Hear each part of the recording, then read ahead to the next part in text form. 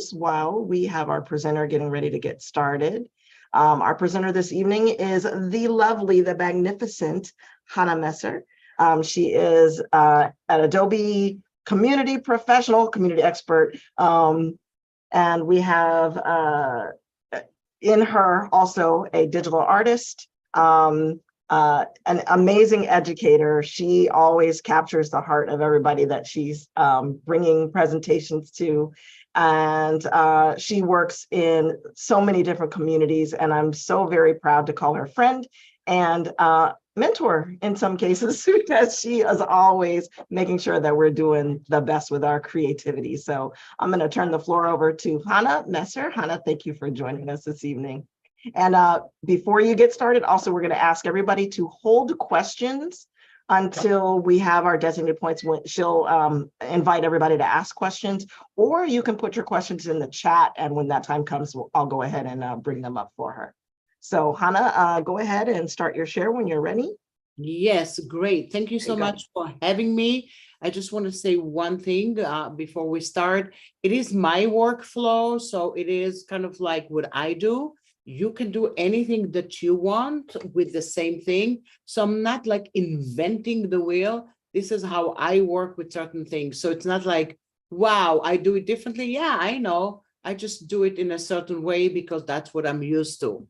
So I'm so happy to see so many of my friends. I'm going to share my screen right now. And while I'm sharing my screen, I'm just going to show you that I am actually streaming on Behance weekly on Mondays.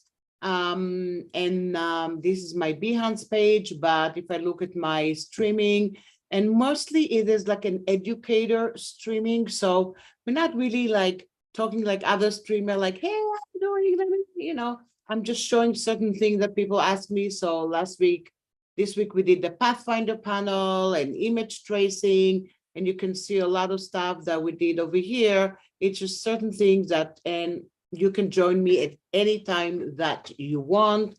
It'll be nice to see you there. So anyway, enough about me. I will be Andrea for a few minutes, and I will start with Adobe Express because I know that's what she does a lot of time in the beginning. And what I'm going to do today, I'm going to show you some of my workflow. What I do a lot in Express is because I like what I do in Illustrator and in Photoshop. So I'm kind of bringing my asset into there and then using a lot of stuff for what I have from before within Adobe Express. So if I'm looking kind of like at my project, and I'm big on Adobe Express Page. So I use Page all the time to do a lot of tutorials, but you can see here, this is a project like it says, like about graduation. And this is actually a project that we did in USC last week. I sent them all the assets ahead of time. We had USC colors, and we end up kind of like doing stuff for USC. And then you can see this is the USC colors over here. But I'm going to go back here. I'm not going to look at other projects that I have here, but I'm going to go, let's say, if I wanted to create something. So I can go back here, and let's say I'm going to go in and create, let's say, a small flyer or collage, or even like a post for Instagram. So you can see I have like just the page that I started here. And a lot of time when I start, I actually don't get the inspiration from the other side over here. I just do stuff by myself. So one of the things that I like to do is I actually like to create my own background, and I usually create the background from the shapes. And the reason I do that, because I feel that I can control it a little bit better, because the basic shapes, they are the one that you have the fill and the stroke for them. They kind of don't call it fill and stroke so much, but if you can see over here, they call it border and fill over here. And usually I like to do that because now I can go into a border and create a border and actually go to my colors over here. And you see my Mackinac colors over here because this is my brand. But if I want to go and choose a different color, I can simply choose any color that I have here. And if I want to choose a different fill, I can go back here and choose a different fill. So this is usually how I start. I start doing my own thing. And just to let you know that the basic shapes, they are the one that has the borders and the fill. That was a feature request because the others, which are regular shapes, they don't have the borders. So if I'm going to go back here, that's it. It's kind of like a pretend shape. It's not really what we have in Illustrator. So I can't just do a little now stroke around it. I can do it only if I can start putting one thing on top of each other, but it doesn't really pay to do that. So I don't really do that. So now what I'm going to do, I'm going to go into my library. Because what if I wanted to go in and create something, and then I can go back here. Let's say I have Express event in USC. I have another Express folder over here. I have another one that I call it testing the beta, because I go back here and test a lot of stuff. And then you can see over here, I'm going to view all, and I can see my assets that I have here. So I can click and drag and drop stuff directly. And you can see that this is what I have directly from Photoshop. And then in the beta, they're going to start showing you soon. They're going to launch it. I can talk about it as much, kind of like almost round tripping with Photoshop and Illustrator. So it's going to be a lot easier to work. At the moment, what I see, it's what I get. So if I want to get that, instead of typing faces, I have it over here. If right now I need to go back and change it, I kind of need to go back to Photoshop. But I'm going to go back here. And then if I have it here, see, I'm just going to double click again. This is the project. And I'm going to go into my library. And then I don't want to have this library. I'm going to go in, see if I have another library over here, and I have more assets over here. So one of the things that I have here is I have some kind of files that I have here. I also created templates. So if somebody wanted to follow me over here, I created templates, and I can put the template as a link for you guys, and you can go and start adjusting it. So when I presented it in USC, I created the template ahead of time, sent them the link, and then while I was talking, it was interactive and they did it together with me. But in this case, let's say I don't really want to use the template. I might go back here and use this file over here. I might make it a little bit bigger. It's a little fuzzy, which is fine for now. But one of the things that I can do over here that everybody loves is remove background. And I'm just going to go back here and remove the background over here. And you'll see in a moment that I have faces. And in this case, let me check out to see how the background is looking.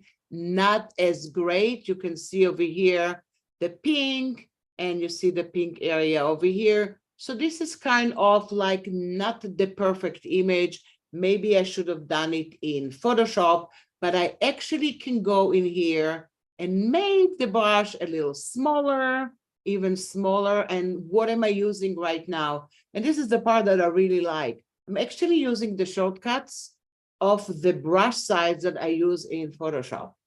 So I'm using my brackets, and it is talking to me also within Express. So this is not something that I needed to know. And then now I can go back here and just try to fix it a little bit. So it's not cool, but I'm fixing it a little bit, and I can do that. And then, of course, I can invert the cutout, and in restore, I can also have a auto cutout. But if I'm going to go back here and click OK, you can see here that I have the cutout. It's going to be maybe about funny faces that I want to talk about, something like this. So if I want to go and have other faces here, I can go back here and bring some other images. And in this case, I'm going to use something else, and I'm going to bring an image over here, and you'll see it's going to be a little bit different if I'm going to go in here and remove the background. it is going to be not a bad job right now.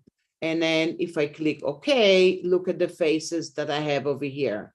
So different kind of faces. And then because I have it over here, I don't like the cutout like this here. So I might put it over here. So I'm going to make it a little bit different. So you can see here, I have it here, and I might actually hold down my Option key and then select that and just do a copy for that. Once I did the copy here, I can go back here and flip it, and I have these little faces over here. Just something like that. Can I do something else with it while I'm already here? Absolutely. I can take advantage of the filters. So if I like to have different kind of filters, I can have a grayscale filter. So it gives me some kind of idea how to start working with these images to make them a little bit different. Maybe I'm going to go in and have a black and white filter over here. If I don't want it later, simply all what I can do is just turn it on and off. And again, that's going to go and turn it on and off. One of the things that I highly suggest when you're using Express, it's because it's web-based. If I want to do another one like this later, I'm going to duplicate my file and then do different variation or create another page with different variation of it. So if I'm going to go back to this one and I'm going to click, let's say enhancement. Do I want to enhance it a little bit or not? Or I don't want to enhance it. Do I want to blur it? I don't want to blur it, but you can if you want. And also you can start working with different kind of colors and play with the stuff that you have. If I wanted to add to it a filter, I could, but another thing that you can do here, you can go and multiply. And if you want, you can do it screen. So when do I use it in screen? When I want to create kind of like an overlay on top of an overlay, and maybe I want to talk about the multiple faces that I have over here in USC or any other places that I have. So I might go back here and make that as maybe in a screen mode. And then I'm going to go back here and duplicate it again. And now this one, maybe it's going to be the real face that I have over here. And that's going to be a normal face. So kind of like creating some kind of a background and using the effects while I'm working with it. If I don't really want to use the word faces over here, I don't have to use that. You see, as easy as that, I just went in and just deleted it.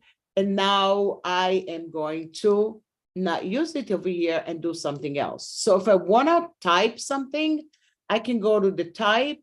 I can go back here and use some of the templates, but I can add my own text over here. And I can go in and say the many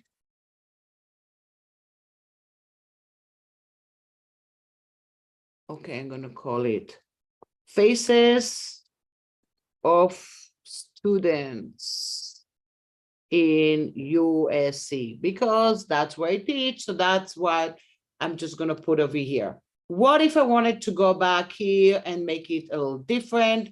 I can go in and just choose the colors over here. And now I actually can go in and look at suggestions.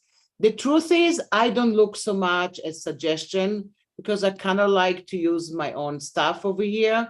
But sometime it is going to have something fine, but of students in USC over here. And now I'm going to go back here and just see if I like to work with it. So again, I don't have so many images today. So I'm going to take advantage today of just maybe copying some stuff and making it a little bit different. And then I'm going to go back here. Maybe I can have it outside. Maybe I'm going to go back here and put it somewhere else. And you see she's jumping. And then I'm going to go back here and then decide that she's going to go in. And in the filter, maybe these girls are going to be these colors. Very easy to create, very easy to duplicate, very easy to put stuff in and out. And then before you know, I get some kind of a poster or something that I can post right away and put it on social media and everywhere that I want. If I wanted to go in and create another page, I can always go back here and do the same page, the same thing as this one. And then I have another page over here. And that's going to be my decision if I want to go back here and basically select the entire thing and then maybe copy it and then go back here and paste it.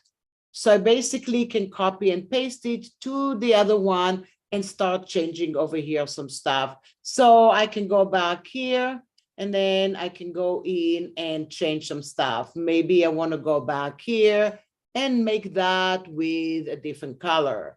Or I'm going to go back here and say jump with us, because maybe it's going to be something a little bit different. And then I'm going to go back here and click on that and see how I want to work with that.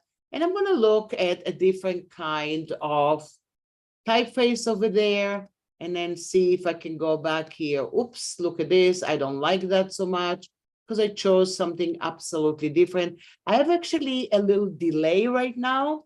I think because I'm online with online, but you can see now jump with us, and I can go and change it completely and make a different kind of poster over here, or Instagram post or story or whatever I needed to go back here and do that. And of course, I can explore more. But while I have it here, I can also download it. I can also share it. So if I'm going to go back and share it, I can publish it. Maybe Anissa wants to talk about scheduling. I don't do so much the scheduling. You can make a template over here. You can send it to Google Drive. You can open it on the mobile devices. And then you can go back here and do all the pages. And then basically can go back here and share that. So now if I go in and share, it's going to take a moment, and then it's going to go in and share it with other people. I also can go in and just publish. And then if I just publish it, I can just publish it with a link. And right away, I have the link over here. And you can see here, I can share it with everybody. And this is something I just found out, which I didn't know it exists the other day. I use Canvas when I work with my student at FIDM. And then on Canvas, now I see the little symbol for Express. So I guess I can start utilizing it in Canvas. I didn't check it out yet because I didn't know it existed, but it is there. So I can go back here and share it. I can share it in Instagram. I can schedule the sharing that I have, or I can basically copy the link. And then if everybody else has that, I can go back here to my chat, and then I'm going to go back here and put it in there. And I can see somebody is asking about USC colors are crimson and gold, so that yellowish color is closed. No, the one that I used, they were the crimson and the magenta. I took it from the USC. You see it on the screen a little bit different. They were the real colors that we had from our marketing department. They basically send it to me, and I can share it with you if you are interested. I do have it here if you want to see the real USC colors. I have it as a marketing collateral over there. It just looks a little bit different on the screen. But again, it was just a presentation for the USC student, so we didn't get into the right idea of like, is it this color or not this color? I gave them the numbers and I told them you can go and create your own colors. So how many of you are using Express over here? Probably all of you, and it's probably something that it's super simple for all of you over here, right? So again, what I showed you over here, just a simple thing that I did. And then I have this one and I have this project. I didn't even name it, but you can see here, I did other stuff over here. Basically the event that we did, this is going to be something else. I actually, before I started the event in USC, what we really did, it takes forever. I made an event page, and then that was the event that we had. And then the RSVP through here. And I invited them also to go back here and download the Creative Cloud template over here and share it with me. And then I just showed them step by step how to use Adobe Express. And then don't use the RSVP over here because it's gone already, but I'd be happy. I can also share it with you over here in here. If you want to look about the step-by-step that I did, basically, this is what it is. Just don't click on the links because the links are not there anymore. So that's for me about Express, unless you have any other questions. I did another one about Happy Valentine's Day and used a lot of Express stuff. Yeah, I know Teresa said that I make the best Express page stories. Yeah, I love Express page. This is where I live, and I love using that because I send to my student a lot of stuff. And you probably all know that I did the Express downtown LA before Adobe Max. Express Web is fantastic. It's maybe mobile presentation too. Is completely kind of like free. Hopefully they're gonna do some new stuff with it. I keep telling them you're updating everything. How about updating stuff in Express page as well, that you can do that. One of the things that I do in Express page that I can share it with you. I don't know if a lot of people doing it. I can show you how to do it. I actually do a table of content in Express page. And it is not inside over there, but I learned how to do it. And then you can see over here, you see I have a table of content. And then I can go back to the table of content and click on it. And basically it is going to jump there. You're not going to see it over here, but if I'm going to go back here and share this stuff again, and let's say update just the link or copy the link, and gonna go back here to a new tab and open the Express in a new tab over here, you will see here that I can go back here and you'll see my table of content. And yes, it is hidden. So you can see here I have transplantation, RTDTLA, LA Live. Yay, he went to LA Live. So this is something that you can do in Express page, but people don't know about it. I know I want to do stuff about Photoshop and Illustrator, but if you are interested, I can show you how I do that. I don't know if you're interested or not, but if you know how to do it, it is okay too. Anyway, so with that said, I think we're done with Express, right, Anissa? Yeah, if you're ready, unless anybody else has questions. Unless you guys have any questions.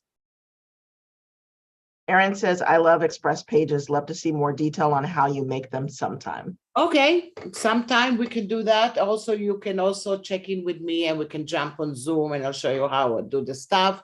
And I put a lot of stuff in there and it's a lot of fun.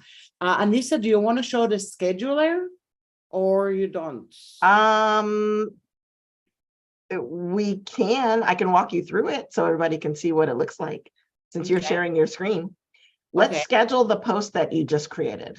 Okay, so I'm going to go to Express over here. Should I go back here to my Express, right? And I'm going to go to this project that I just did, right? Right. Yay. Okay. And you have to forgive me if you can kind of zoom in a little bit in the upper right corner because your screen is very teeny tiny. Okay. Let's see. In the upper right, if you're going to share. Okay. Check do schedule. Oh, your schedule is grayed out. So let's go to let's go to your home screen. And on the left-hand side, the left navigation, you'll see there's a schedule with new. Oh, okay. And in this section, it's going to allow you to see a full calendar. You can view it by a day, or you can do it by a week or a month.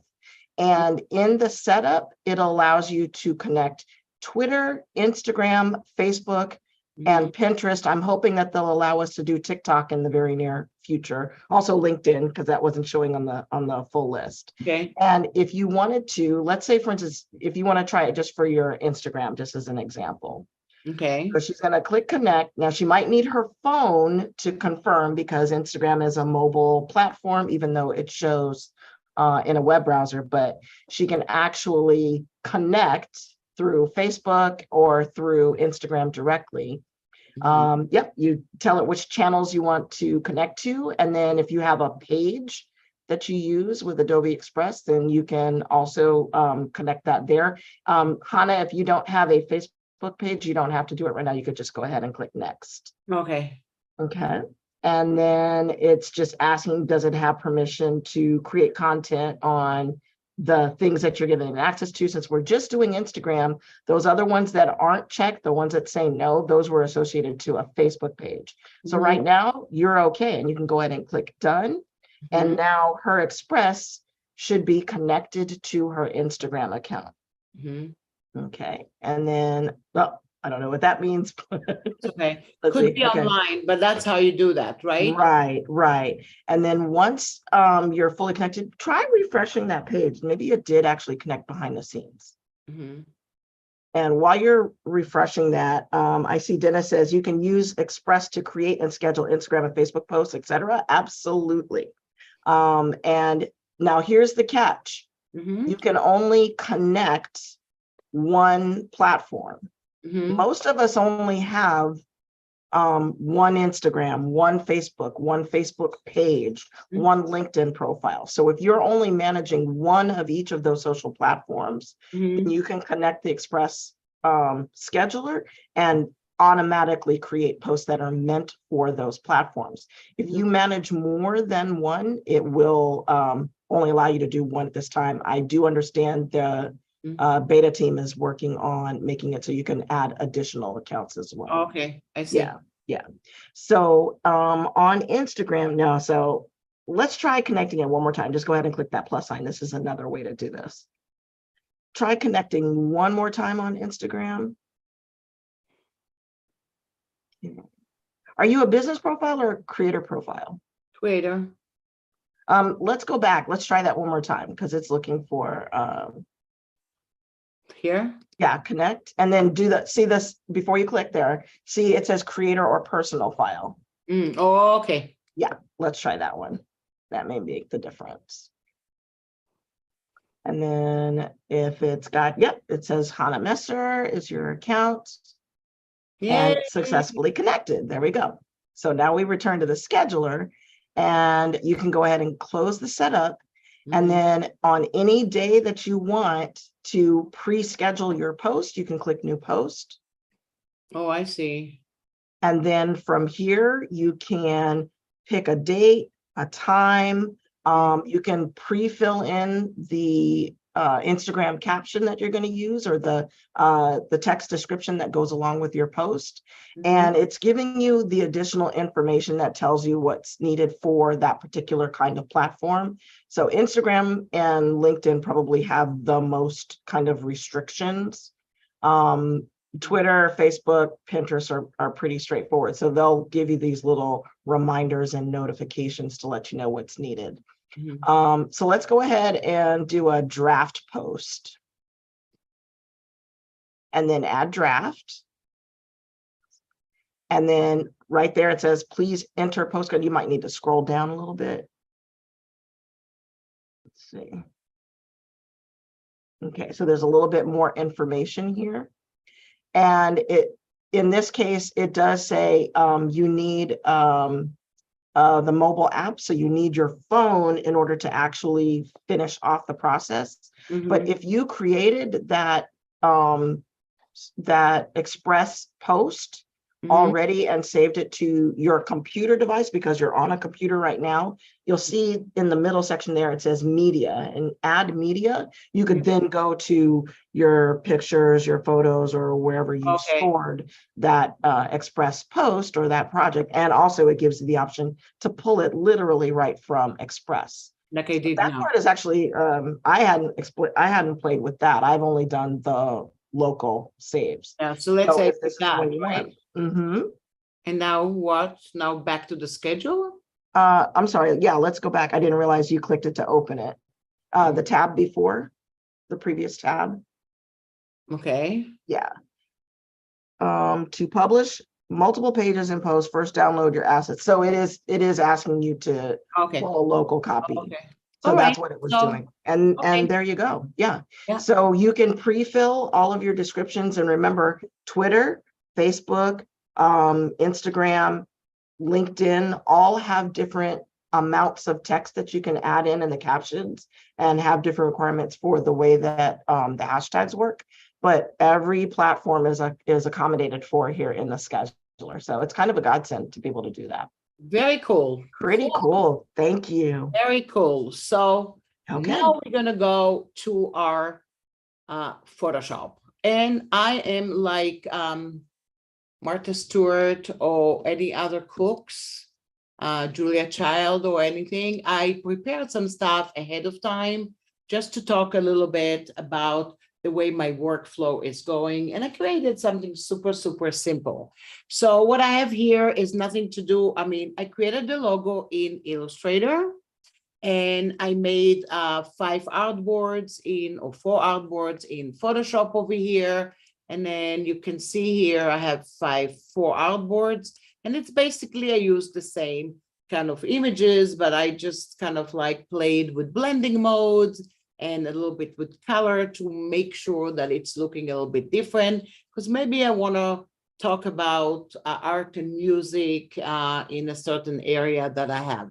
So in this case, one of my workflows that I'm working with is creating the logo in Illustrator already, and then actually placing it in Photoshop as a smart object. And you guys are all familiar with that.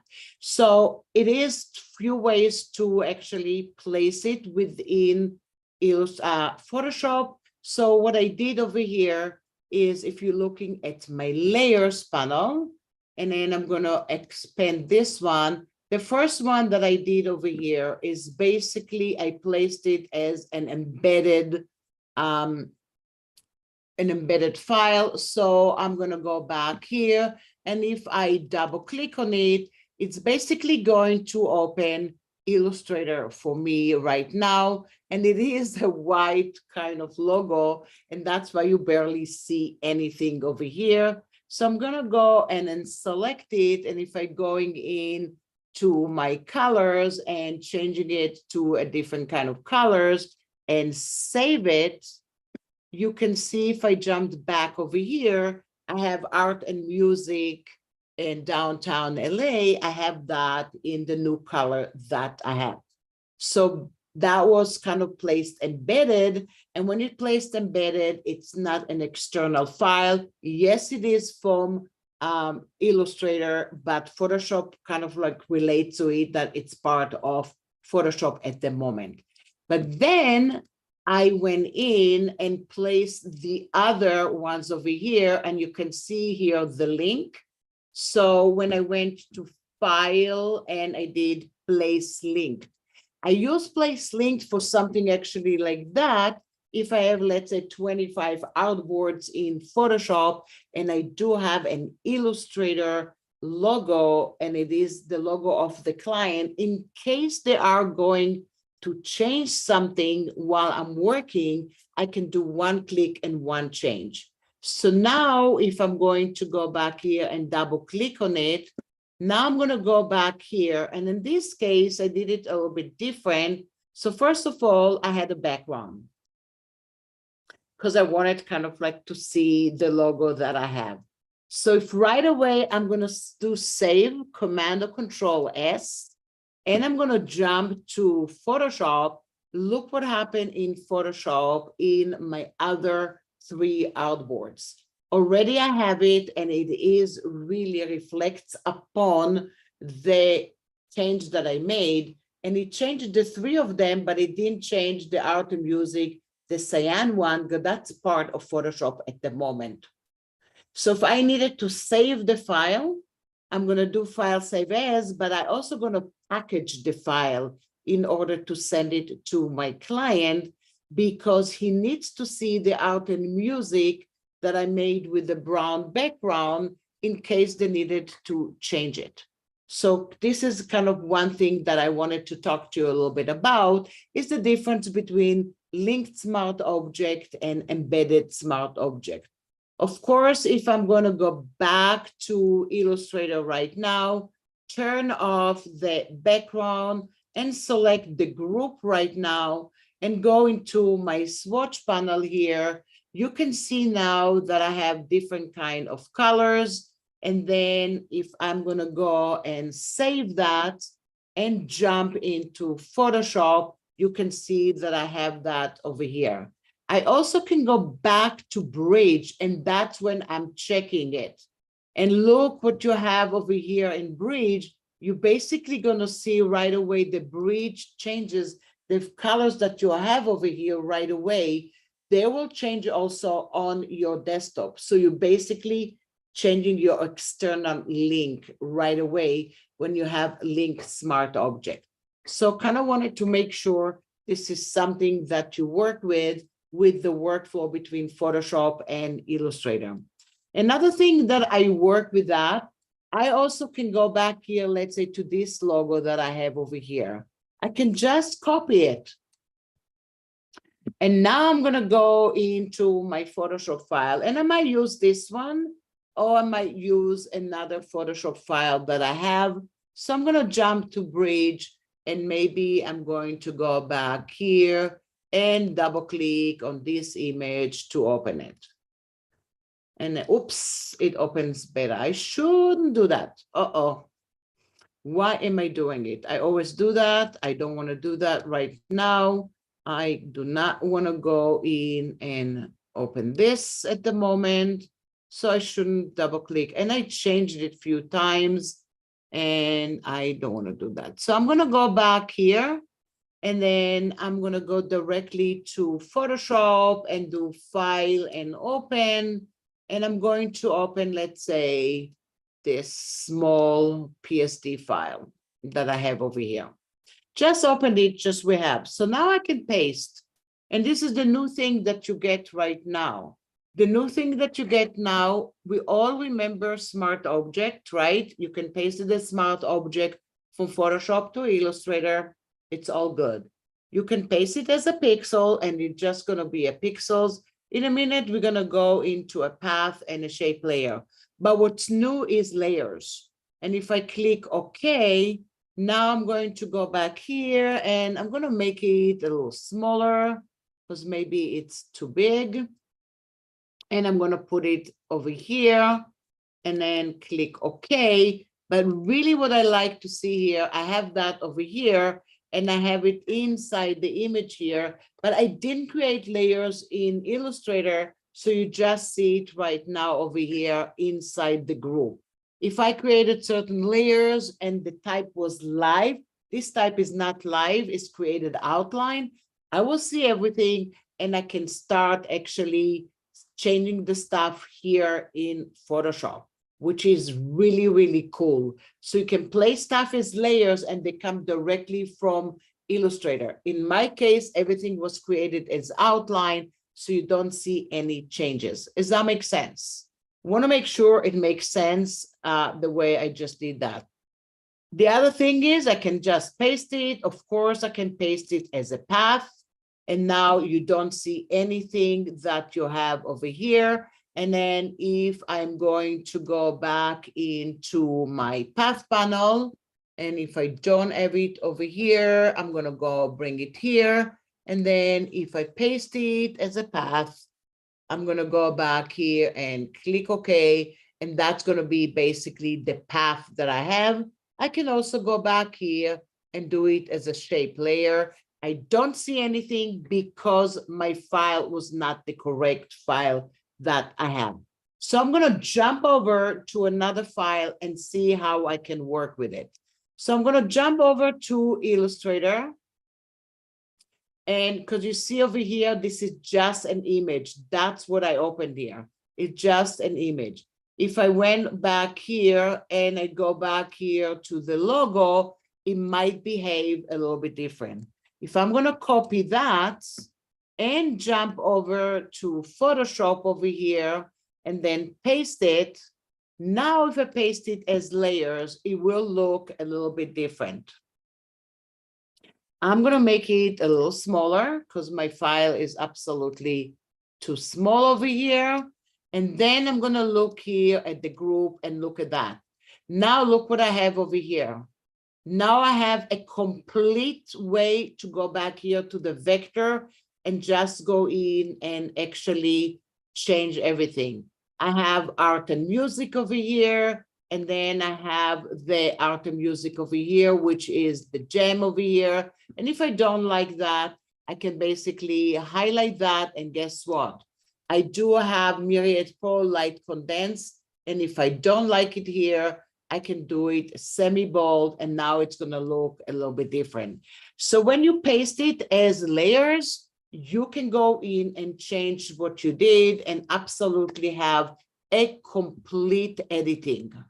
Does that make sense? What I did before, I didn't realize I opened a JPEG instead of an Adobe Illustrator file. Again, I'm going to paste that. And again, if I'm going to go back here, oh, I don't want to go back here. I'm going to paste it as a path over here. And now look at this. This is the path that I have over here. And this is basically the work path that I have here. And I can have a thumbnail of a work path. And of course, I can even load the selection of the path that I have. The other way that I can do over here, I can also paste it as a shape layer. And then if I'm going to go back here to the shape, I'm going to go back here and I have that as a shape layer. So once I have it as a shape layer, I can go inside Photoshop and guess what? I'm going to go back here and do any kind of changes that I want. Maybe I wanted that to be a little bit different. And then I can go back here and select it. And then go to edit and then define custom shape. And then I can call it end sign, but that's going to be mine. It's a little bit different. So now I'm back within Photoshop. It is completely vector. There's no colors assigned to it, no resolution, and no sizes. Does that make sense? Yeah, the live text transfers, absolutely transferred right away. And that's what I changed right now. Before that, I'm answering Teresa's question. Before that, it didn't because I copied and pasted a JPEG, you know, making mistakes. So that's really, really cool. And you have a complete way to edit everything that you have there. So this is one thing that I work with. But let me just go back and let's start seeing what else do I do between Photoshop and Illustrator. Really, I do a lot of stuff. I work with brushes. I go into Photoshop and I create a brush. I go into Illustrator and create a brush and go back and forth between the two of them. A lot of time I use the text. I do in Illustrator. If I have to do like a block of text, I feel like I can really go back and forth between Illustrator and paste it as a smart object, or right now as a layer as well, because I can change that. Or I can go in and create shapes and things like that between the two of them. So one of the things that I do, I'm going to go back to Illustrator. And I'm going to close all over here because I don't need to have, oops, I didn't need to close all, but I'm going to go back here and I'm going to go to the recent file that I have. And I have two symmetry files that I have over here. This is a file that I really like. And what I did over here, look how many colors I have here, a lot. So before that, I might actually do select all unused and then delete the colors that I'm not using. But you see over here, all of the colors that I have that actually are global colors. So one thing that I can do, yes, I can move it to my Creative Cloud and I can go into one of my libraries and then bring the colors over there and use it. But another thing that I can do over here, I basically can go back here and save it as ASE. Some people still doing it. And then I'm gonna call it Symmetry Spring every time I call it. And that colors are for exchange. And it is gonna warn you that you cannot have gradient patterns or tints, which is fine with me. Am I good to go? And now if I jump over to Photoshop and I'm gonna go back here to my swatch panel. And I thought I have my swatches over here and then it is flying out somewhere else. So let me go back here and look if I have my swatch panel. I'm gonna go and reset my workspace and I'm gonna go to my swatch panel. And now I can basically go back here and import swatches. And I'm gonna go to the symmetry swatches. And then I'm gonna go back here and you can see over here that I have the symmetry. I don't wanna have this, guys. I'm gonna go and delete it. These are images from colors, but look at that. I have the colors that I have in Illustrator, and now I can start working with it also with Photoshop. I sometimes do that. Most of the time, the truth is I put it in my Creative Cloud libraries and I have a whole set of colors there because then I can use it also in Fresco and Photoshop on the iPad and Illustrator on the iPad because I like to use the colors from the libraries directly from there. But if I'm just on my desktop, I can do that as well. And I have just my colors over here. But now I'm going to go back to Illustrator. So what do I have over here? I do have a symmetry that I created and I actually duplicated the symmetry. And then I went over here. Yeah, Teresa mentioning it. Yeah, it's very limiting. Yeah, in Creative Cloud, it only 5 colors. And if you have more than that, it will tell you. I always show it to my students, say, oops, I can move it over there. Like I will show them also in Illustrator. And then I'm going to show them like, let's say, if I'm going to get any colors, let's say I'm going to go into art history and I'm going to go back here. Right? So let's say I'm going to move this one here and move this one here. But now 1, 2, 3, 4, 5, but I'm going to bring it here. I'm going to go and bring some other colors to the other area that I have. So I'm going to go in and let's say create a new color. And then I'm just going to do that. And then I'm going to move it over here, right? And then move this color over here. So now if I'm going to go back here and then say, go into my current library, it will tell me that.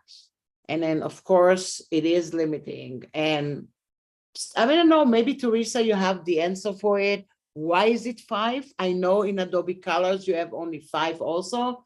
And then extra in Cooler also 5, 5, 5. Always my student ask me, why do you have 5? I don't know why they decided. I usually tell them, I don't know. But if I go back here, I can go, no answer. I know. I mean, they go by themes and now you can see it went directly to the current library that I have and then went back there. And I think it's probably went to Express and more. And you can see I have a lot of themes over here of colors that I have. And I have some more stuff over here too. Maybe I'm just going to go back and leave this library on so we can see some stuff for later with it. So one of the things that I have here, I do have some symmetry. So depending how I wanted the symmetry to be, I can select just the gray color over here and copy it. And then I can jump to Photoshop and just do File and New. And then I might go back here to print 8.5 by 11 and make it really big. And then I'm going to go and paste. So depending how I want to go in and paste it, I might paste it as a smart object. and make it kind of like a little bit bigger. So when I make brushes in Photoshop, I try to make them as big as I can because they are pixel-based brushes. And then the reason I'm making them also as kind of grayscale, because Photoshop doesn't give you the brushes that you see exactly. It gives you almost like the highlight or the brightness or contrast of the brush that you have. And it is going to be based on the color that you are going to use in Photoshop, as opposed to Illustrator, which is just the opposite. So I can go back and forth between them depending what I want to create. And also I can get pixel-based brushes also in Illustrator, but you have to be careful because they are going to be pixelated. So I'm gonna go back here and then I can go to my layer. I can Command or Control click to load the selection if I wanted to, or if I don't need to, I'm gonna deselect. I'm gonna have it just over here on a transparent background. And then I'm gonna say define brush preset. And then I'm gonna call it Symmetry 1. And you can see the size, it's 25, 27. That's the size of the current brush that I'm going to get. Purposely, I did it high res. So what I get over here is this one here, and I clicked on that. I'm just gonna jump for a minute, and I'm going to select also this area over here. And I wanna make sure I'm selecting actually everything over here. So I'm going to go back here to everything over here in this area, and I'm gonna copy it. And then I'm gonna go back to Photoshop and I'm gonna paste it. And I'm gonna paste it as a smart object. And you can see it's more or less the same color. And I'm gonna click OK. And now when I have it, I'm gonna go Edit, Define Brush Presets over here. And then I'm gonna call it Symmetry Colors. Because I wanna show you it's gonna look a little bit different now in Photoshop when I'm going to look at that. So I'm gonna turn it off completely because now I'm gonna test it. So I'm gonna go and I am gonna go and have a white background and I'm gonna call it Practice. One thing about brushes, especially in Photoshop, they are absolutely destructive. And after you do them, nobody's gonna know how you made them because you cannot go click on it again and see how you did it, as opposed to Illustrator, that you can basically go back and see exactly the brush that you did. So I'm gonna go into my brushes over here. And I'm gonna go into the brush preset, and you already see, look what I have over here. So depending which brush that I went in and made already, you can see I have Symmetry Color and Symmetry Black and White. They are the same size. So I'm not gonna do it so big. I'm gonna go to my bracket and I'm gonna make the bracket a little bit smaller.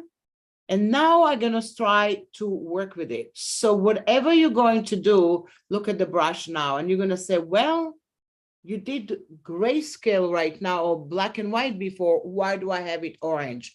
Because in Photoshop, you don't get what exactly you are going to capture. You're basically getting the drop shadow of it or the hue and saturation, almost like a stem. And it is looking into this area here, the feel of the stroke.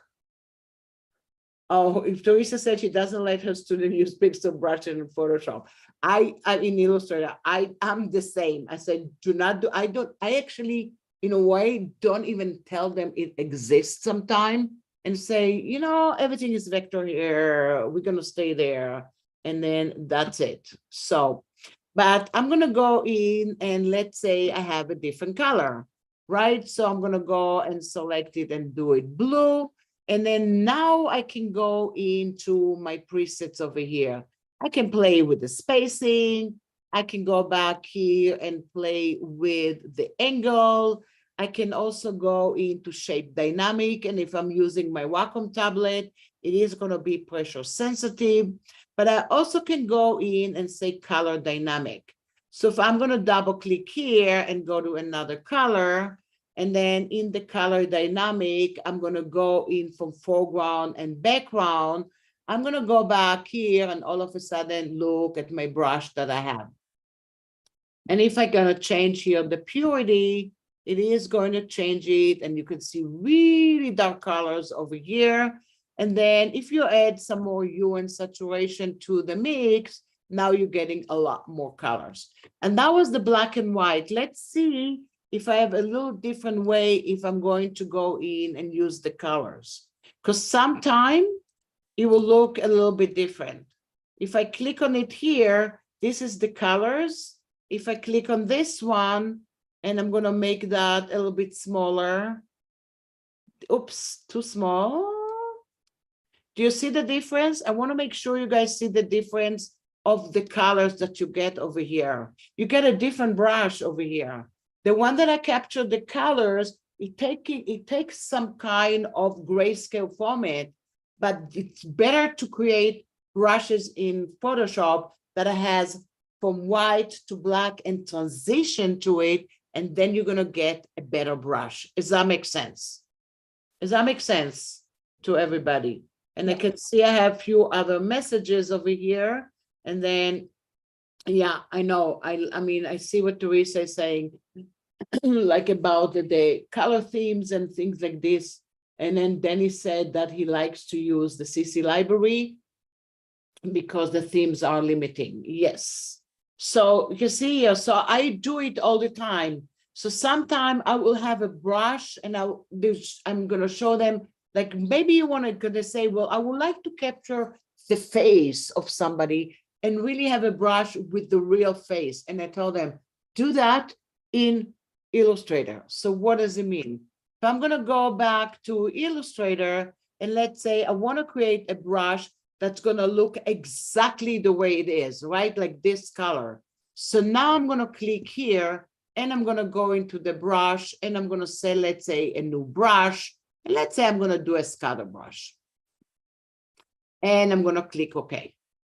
So now if I have a scatter brush over here, and then I'm going to go back to maybe an artboard because I'm going to stay within the same area, because we all know that Illustrator is a file-based application and Photoshop is a application-based application. So if I open a new file here, I'm going to have to load the brushes that I just made. And I don't feel like doing it at the moment. So I'm staying over here, and this is the brush that I have. So now if I go back to the brush, this is basically the brush that I just created. I do have a fill, which I don't want.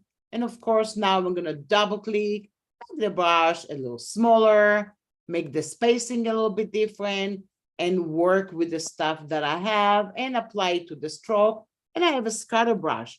So really, this is the brush that looks exactly the way the image here. And I can even put it one at a time and one at a time. I am not worrying about if it's bigger or smaller because it's a complete vector over here. And more than that, I can also change a lot of stuff over here because it's not a pixel. So now I can actually go to my line tool and then actually duplicate it.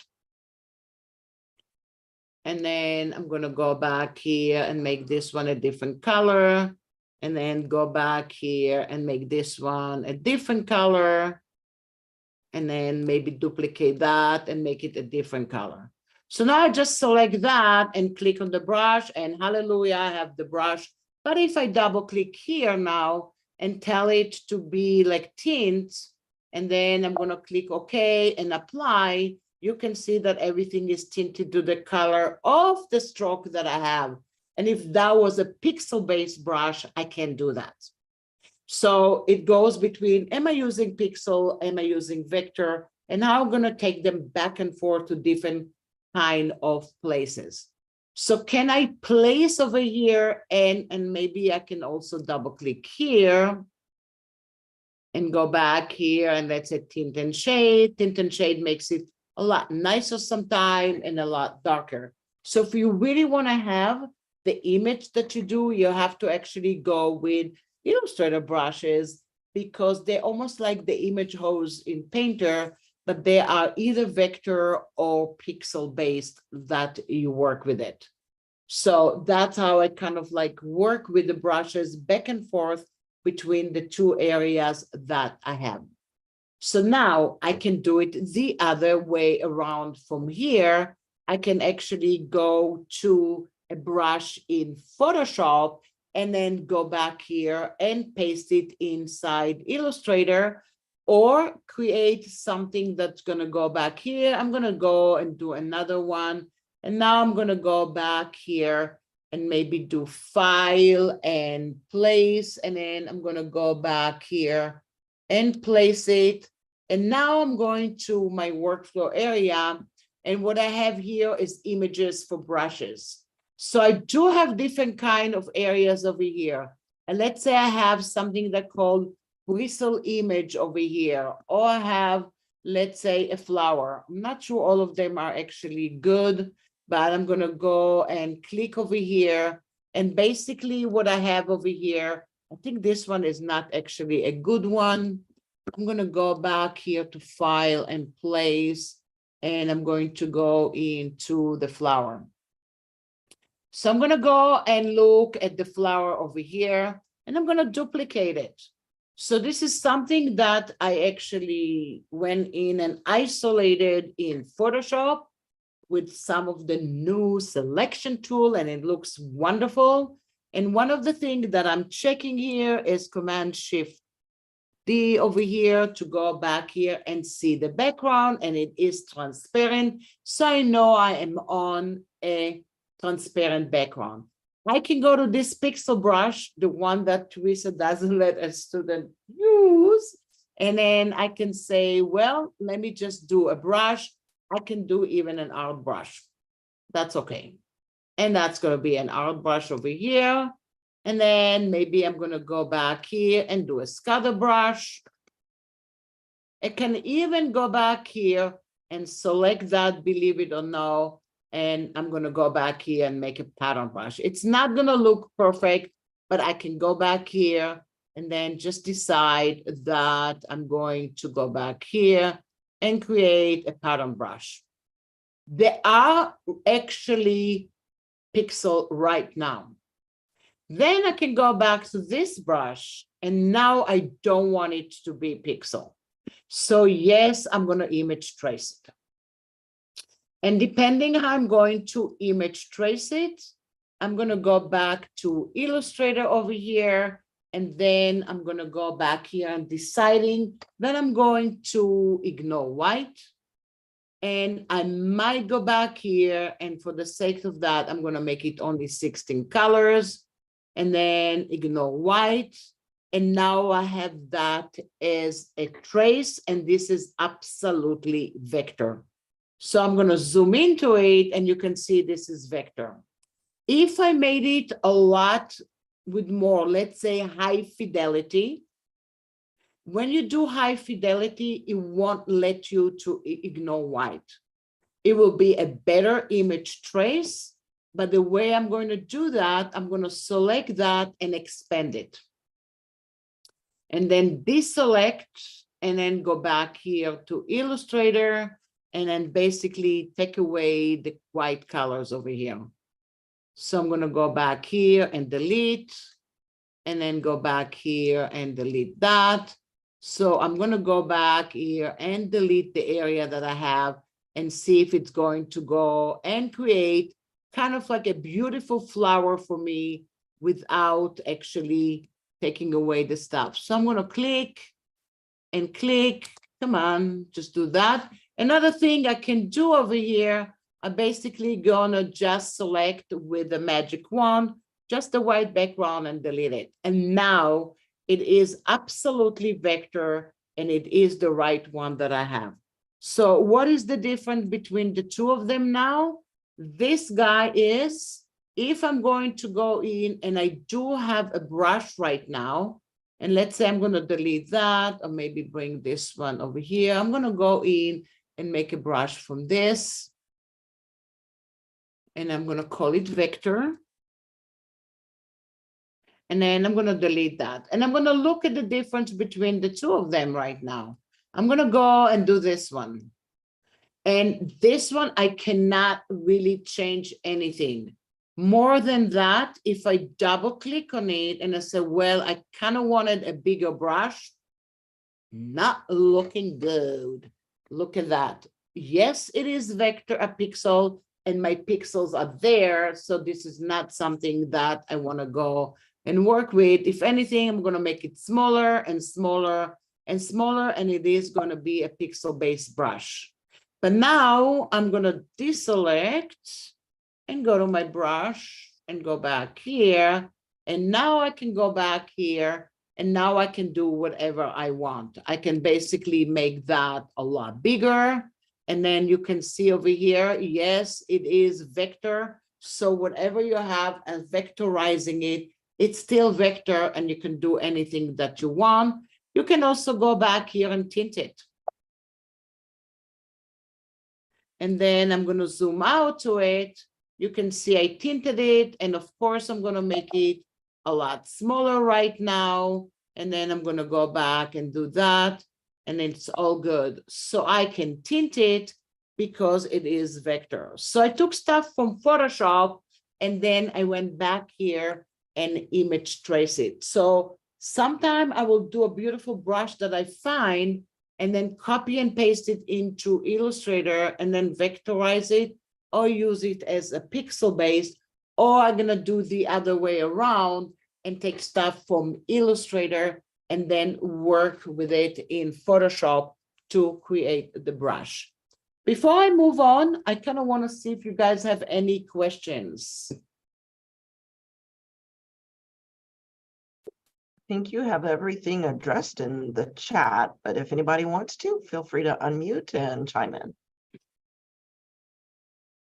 So this is kind of like some things that I do with it. So now I'm going to go back here and then I'm going to go back to Photoshop and I'm going to open a file over here. And let's say I'm going to open actually the door over here. And then it is going to be, let's say I'm going to open something. Oh, I have something over here. And actually it is in Illustrator. I'm going to go in. I actually created something in Illustrator yesterday, and I just created it with my students to show them how I work with like symmetry or anything that I have. So I'm going to open one of the symmetries that I have here. And this symmetry actually is super simple. So you can see here, I have the symmetry here. I can make a Photoshop brush from that, but I end up doing that. And this one, actually, I made it in symmetry, but I didn't do it with like option click and transform again and all that stuff. I just went with the easy stuff and I went to object and repeat. And I repeated everything that I had, then expanded it and went to a place that I usually don't go so much to. I went to the warping tool and I just start warping the stuff that I have over here. So then I went in and copy it. And then if I go back to Photoshop, and then I made a brush from it yesterday. I don't think I have it anymore, but I pasted it. And now I can paste it as a pixel or a smart object, and I have it over here. And from this one, I created a beautiful, beautiful brush, almost like a necklace or anything else that I have with it. So I can go back here. And yes, I can go here within Photoshop and try to double click on it right now. And it will take the image that I have. And then I'm going to go back here and then I can go back to this area. And I think I'm going to go back here and break the link. I think I made it into a symbol, but I can go back here and I can decide that maybe I want to recolor the artwork that I have. And then if I go back to editing, I can change that to different kind of colors directly when I'm here and make a different brush from it in Illustrator or also in Photoshop. So if I'm saving it now and jumping to Illustrator, you see I have a different kind of brush right now, and then I can start working. I can also load the selection to it if I want by Command or Control, clicking on it. And then I'm going to go back here and maybe decide to make it like black and white, and then go to Edit. And then I'm going to select the two of them, make them again into a smart object, and then go to Edit and define brush preset. And now my brush is actually from black and white, and I can go in and work with it. So what would I do here in Photoshop? I can create a different brush, but I can also take advantage of going in and maybe opening a file and creating a necklace, or maybe do anything with it. So I'm going to go back here and maybe make that a little smaller because it's way too big. And then I'm just going to go in and open a new layer and fill the new layer with any, like maybe with color. And then do a top layer on top of it. And now I'm testing this brush that I just made. And I'm going to double click. And let's say I'm going to go back here. And it is a very small brush. I'm making it a little bit bigger. And this is the beautiful brush that I just made that I really like. So if I want this brush to kind of follow a certain way, I can also go back here, open any other image that I have. And let's say I'm going to go into File and Open. And I might go back here and open, let's say, if I do have a brush over here, or maybe I have some kind of image, maybe even I'm going to open one of my images that I have here. And then I'm just going to go back here and let's say I'm just going to open this image, right? And I'm going to zoom into this image. And now I want to go back here and create some kind of a necklace on top of that. So I'm going to go into my brush, make the brush a little bit smaller, double click over here, take like some kind of a nice gold color. Maybe the spacing is going to be together. And now I'm going to open a new layer over here. But before doing that, I might go in to my pen tool and maybe go back here and create some kind of, or maybe I'm just going to do a necklace. Necklace going to look maybe a little bit better. So I'm going to go back here and I'm going to go in and click and drag over here, have it to a new layer, and then jump over to my path panel. And then make sure I'm on the brush and it is the correct size that I want to use.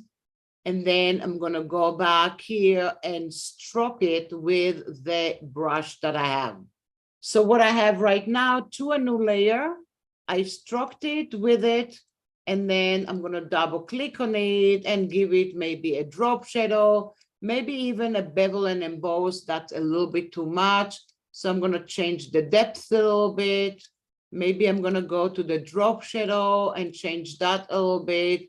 And basically what I did is took a brush that was in Illustrator and then pasted it in Photoshop and then applied it on a path.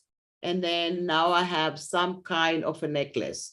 Just to clarify, the path over here is pixel. It's no longer vector because I just did that, and the brush itself, it's basically pixel. So I go back and forth between the two of them to create different kind of thing and utilizing the two of them together. Another thing that I wanted to just show you is basically working with in Photoshop and then in Illustrator, and then getting some more kind of effect to it using within the application that we have Capture. And I know that Teresa loves Capture all the way. So she's probably sitting here and smiling, but yes, I do use that all the time. So what does it mean? I can go back here to Photoshop, and I'm going to go in to my library here. And then once I'm going into my library, I'm going to click over here, and then I'm going to say extract from image. And then I have a simple image over there. So what can I do over here? I can extract it here, and I can make any kind of a pattern. This is not a very engaging image, but I can do different kind of thing. And look at that. Why not to have a pattern that looks like this? This pattern, it is actually a pixel-based pattern that I have, but I can also go back and forth and then maybe image trace it later. The one that I can do a color theme like we were talking about and add it to the library. And then I can move it around and see what color theme I'm going to get.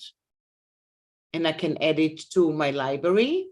I also can get a gradient, and I don't have type over here. And in Capture, in the regular full-blown one, we have more elements.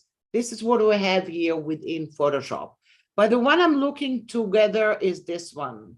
So now I'm going to go in and create different kind of details over here. Okay, so now I'm going to go back here. I can invert it or go not invert it. I can smooth it.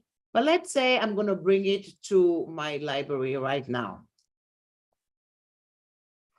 And I'm going to save it. And in a minute, it's going to be there as a shape.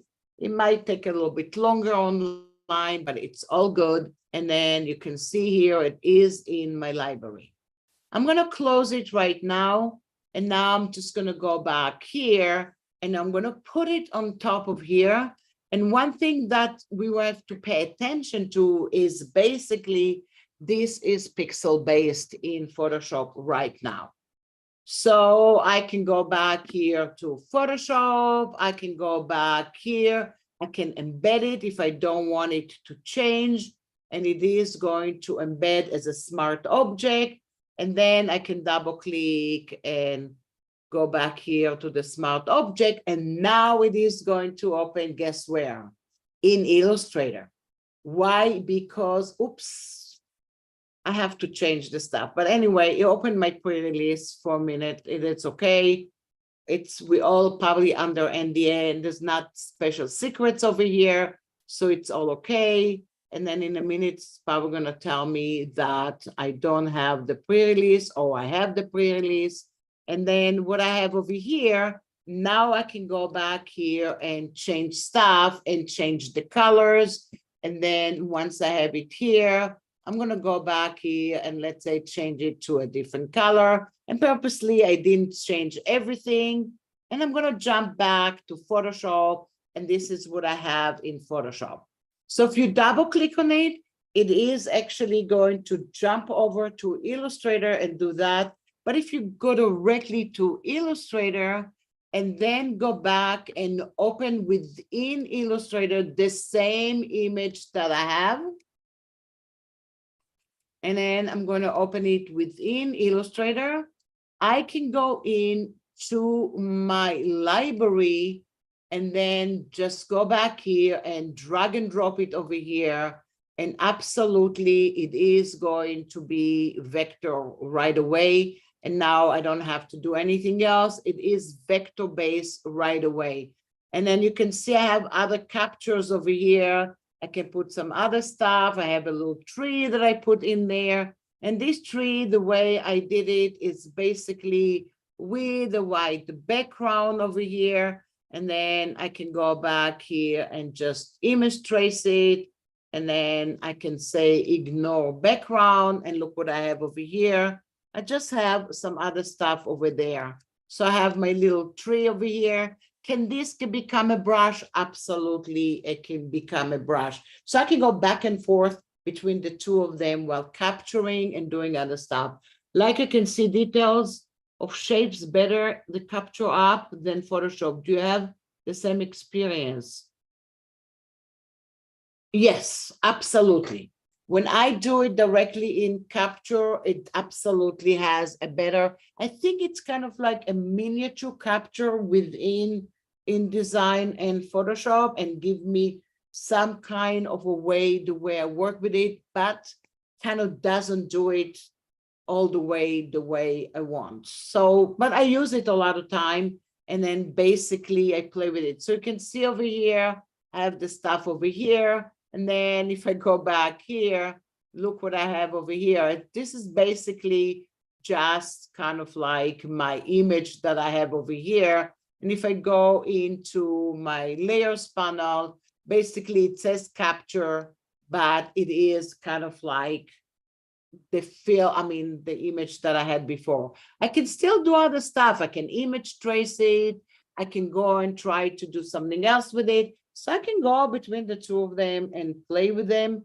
And I try to do the most. If something works better there, I do it there. If something works better, the other one, I do it better. It's like I tell my student, do not fight with the applications. It is enough problem we have in the world. Nobody is standing in the border. Just use the one that's comfortable for you and work it in different places. So more to hear about how we can use color theme in Photoshop. What does it mean? What do you mean, Dennis? Like, how do I go to the color theme? I just go to the color and choose it. I don't use it so much in Photoshop. That's the truth. I click on the color and do that. And that's what you mean. How do you use that? I have my own way that I'm gonna go back here and use the colors in Photoshop. I also go in Photoshop, and I'll tell you what I do a lot of time. I either trace it in Illustrator and get the color into Photoshop, or if I have stuff in Photoshop and I have an image that has a lot of colors, let's say I'm gonna go and find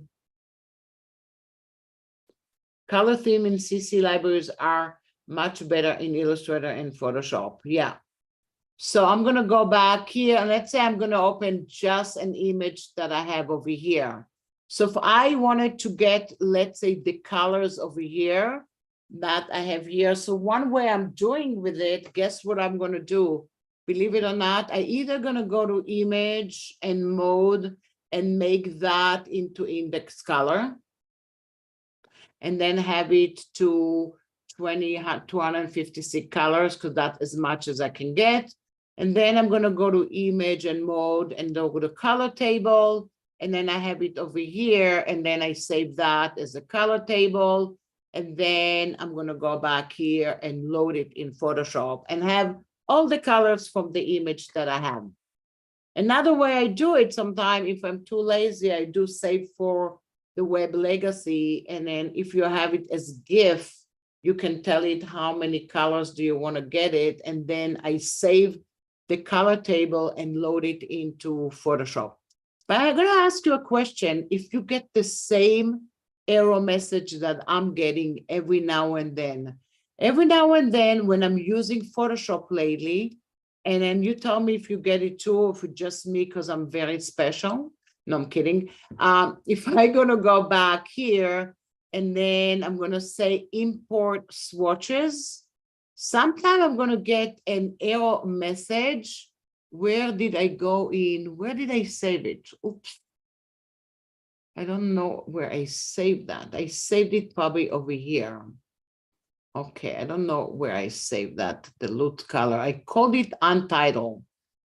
And I'm going to go back here and import swatches. Or load swatches over here. Okay, it won't let me go back here and then go back here. I'm going to go in and import the swatches. And then I want to go back. Where did I save the loot colors? Do anybody remembers? I think I call it untitled. But I might need to go back here and resave it again. But what I'm trying to say is what I'm getting a lot of time is Photoshop tells me I have too many colors and I can't load it. Did anybody gets it sometime? I haven't before, but it's been a while. Mm-hmm. Teresa says she's never done this. Like which one? This one? Okay, I did it in document. Okay, so now I know where it is. Oh, okay, so I'm gonna go back here and then I'm gonna go import swatches and I know where I put it. It went directly into my document and see these are the colors. So now I got it. But, and if I click over here, and then in a minute, I'm gonna click on that and see I have all the colors from the image. And that's how I use colors from images a lot of time. But every now and then, if I wanted to load more, all of a sudden lately in Photoshop, it will tell me I can't do that. We have too many colors. And I'm like, what? What do you mean? And I start deleting other stuff and saving. And I wonder if you guys get it also. That's actually. The particular thing I was wondering about with color themes is I'm going to be teaching a class on color grading in a few weeks. Mhm. And I've fallen in love with playing around with color themes. I know how to capture them and you get these 5 colors, but is there a way to apply them to your image other than just look at them and go, okay, I want my greens like this. I want my reds like that. Is there some other way of applying a color theme that I'm missing? Well, I know there's a way to apply that as a group to Illustrator because you can go and recolor artwork based on the colors that you have that you created in color theme. In Photoshop, I just click and do the colors that I have, unless somebody else does, because I just create that. And then Teresa said you can use Capture to create loot also. But Yes, I've been playing with that a lot. yeah, it's not but quite, it's easy to create the LUT. It's not quite intuitive to know like what the LUT is doing. Because when you capture it, you get this, all these buttons you can push to see different variations, but whatever LUT I create, it seems to be the very same variations. yeah, No matter what image I use as a source for it. Yeah. So I haven't It figured it is- out completely yet. yeah. So this is something we need to explore a little bit. There was a place I remember, if I remember it kind of correctly, they used to have in Capture also looks. Was that in Capture that you capture a look and you just applied it just for, Yeah, that's the LUT. yeah. Yeah, Yeah, it's easy. That's It's easy the to only way- capture it. It takes some time for it to sync with your library in Photoshop. Yeah, absolutely. But again, when you're in the process of saving it, it's kind of hard to know, like when you're saving it, just Yeah. exactly what it's going to look like until I you know. get it to Photoshop and play with it. I know, and then what you want to do is basically you want to go in and create it and then apply it right away and have the stuff there, right? That's basically how you want to do it. I know. I Yeah. didn't find a way to do it yet. I mean, unless you guys found a way.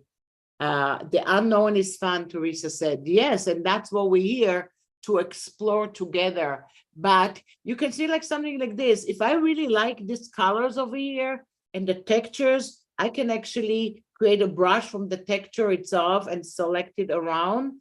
And I also can go in and capture part of it and bring it also to Illustrator and then go back to Illustrator and then image trace it and have a color that has this kind of texture. And this is why I like to create a lot of textures and then go back and forth and use it in both ways. I just love this image. I took it in from Adobe stock. I don't know why I like it so much, but the textures are so cool. So you can create a lot of stuff. But I'm just gonna do the last thing. I'm just gonna do something because I had a lot of brushes and other stuff that I'm doing, but I'm going to go back here and let's say fill it with a color. And I'm gonna go back here and then I'm gonna go in and fill it with the color. And let's say I'm going to go back to another layer. And one of the things that sometimes that I do, I'm going to take like any brush that I have, and not necessarily, maybe even this brush, it doesn't really matter. And I'm going to go into a color, and then sometime I will explore that. I'm going to go back to the symmetry in Photoshop. And then I'm going to decide what kind of segments I want to do. And then I'm going to go to my brush and I'm going to start doing some stuff like that. And then I'm going to create a new layer. And then maybe I can make the brush a little bit bigger. And then maybe make it even a different color. And I'm still staying here. And I'm going to play a little bit and do stuff like that. But you see, it's in a different layer. And maybe I'm going to overriding. So I might go back here and maybe play with the multiply mode and overlay mode or any other stuff here to create something that I like. Maybe overlay mode looks really good. I'm going to get another color, and maybe double click over here. And then maybe I can get another brush. It doesn't have to stay with this brush. Maybe I have another brush that I have over here. And this brush, why do I have this brush? I have no idea. I don't know where I did this brush before. And then I have different kind of brushes over here. Or maybe even I have the flowers over here. I think I went in and just played with these brushes. So I don't want to, not liking this brush so much. So I'm going to go back here and then create this brush, and then I'm going to do that. But everything I'm doing basically on a different layer. So you can see I have 3 layers over here, and then I'm going to go back here, and I'm going to go back here and make it into a smart object. And once I make it into a smart object, I can decide if I want to make it black and white. So I can go back here and go to image and adjustment, and maybe I'm going to make it black and white. And in this case, you can see I made it in the smart object a little darker, and depending, or I can go in and make it maximum black. So now I have it here, and I'm going to go in and take off. I don't want to have the symmetry, but now I'm going to go to edit and define a brush preset. And now I'm going to make it as a symmetry number 3. And I created a beautiful brush. I'm going to create it from the symmetry that I have over there. So basically what I did here, I went in here, and I'm just going to go back and turn that on, and look at that. And this is how you can get all kind of almost lacy looking brushes. And then if you have the correct colors that you have here, instead of going to Illustrator and doing the symmetry, I'm kind of doing my own kind of symmetry in Photoshop. So that's going to be kind of like the way. So what about using Fresco to create a color palette from an image? Yes, you can do that, right? When you open that, you can have and then save it to your library. I don't know if Fresco is going to let you save it to the library or not, or it goes into the creating library that you have. But you can do a lot of fun stuff with it. I don't know. I just have to explore that. But now I can go back here, and I'm just going to go back here. In this case, I'm going to space it a little bit. Maybe I'm going to change the size, and now I can have something that looks like that. And then for something super simple, I almost have like a lace looking brush or any other brush, depending on the color that I'm going to use. Over here, you don't see it so much. But one thing to remember about brushes, they do not have like, they don't have a depth to them. You can add the depth later while you're working with it right now. So now you can see that I'm working with that, and then just playing with this one. Can I go back here and copy the stuff that I did from before? And then I'm just gonna go back here and maybe copy it and see if I can do something like that in Illustrator. I can do that. I can also command click on it, and then I can go back here to path and then make it into a work path. I'm asking a lot right now, but yes, I can go back here and select the work path and copy it and bring that into Illustrator. And then paste it. It might crash my Illustrator now because there's a lot of stuff in there. Maybe I should have sent compound path faster, but hopefully it's going to come in. And yes, Teresa, I need to try it because I place stuff in Fresco and get the colors, but I don't know if I can move it to the library. Okay, so now this is what I have over here. And then I can go back here and colorize that.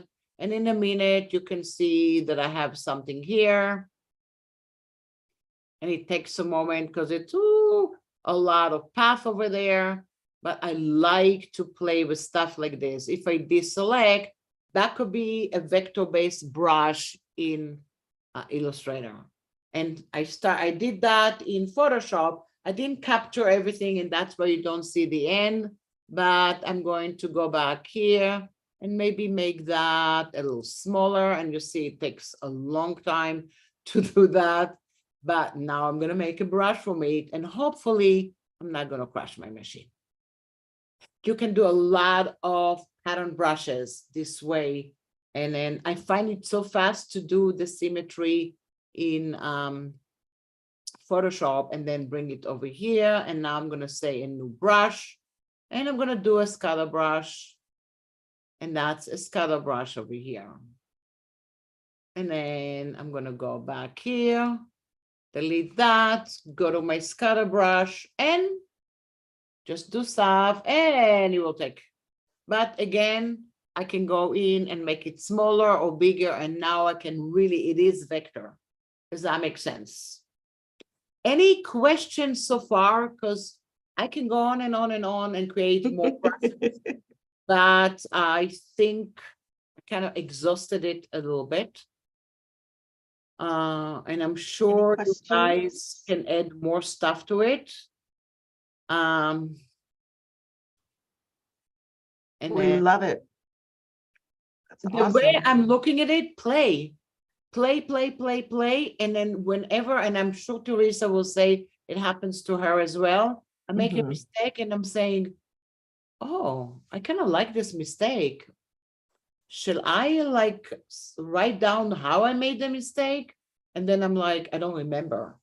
So every now and then I'll make a mistake and I'll go back and forth between them and then play between Illustrator, Photoshop, and then just play with it. What was that Bob Ross used to say? Happy accidents. Yeah. The happy accidents are great. Happy accident the whole time. And then especially when I show my student how to do certain things, and while I'm talking to them, I create something, and then they'll say to me, wow, how did you do that? And I'm like, oh, I don't know, but let me look. Oh, I didn't even save it. Oh, okay. Happy accident are always fun. Kim says happy lace brushes. Everybody loves mistakes. Mistakes are the best. That's how you learn. Yeah. That's awesome. Well, I just want to say thank you, Chana. This is everybody's final opportunity to bombard her with your questions. But if not, Chana is going to put her contact information in the chat. So in case you want to follow up with her directly, please follow her on Behance, on Instagram. Anything else? Any other channels? LinkedIn, mainly Behance and Instagram. This is what I usually do. Some things I do on LinkedIn every now and then. They don't like my accent, so don't do any videos for them, which is fine. I'm thinking about changing my accent to English, so maybe, but it's okay. But it's okay. We still love it. I'm okay. Can you do Swahili? I swear, yeah, I'm okay with everything. Yeah. And yeah, catch her on Behance, which is also known as Adobe Live. So she's on Monday evenings at 5 o'clock. Oh, 6:30. 6:30. Okay. Hannah, thank you so much. We appreciate you. We love everything that you bring to this. Dennis is nodding in agreement. Love it. And we hope that you'll come back and visit with us again in the near future. Okay. in person. Appreciate it. Appreciate it. I'm going to call on my partner in crime, Mr. Daniel Kramer. 1 second, let me just get it all set up. Okay. So I know a few of you guys are hanging for the drawing. So Yeah. we have Adobe Creative Cloud 1-year subscription.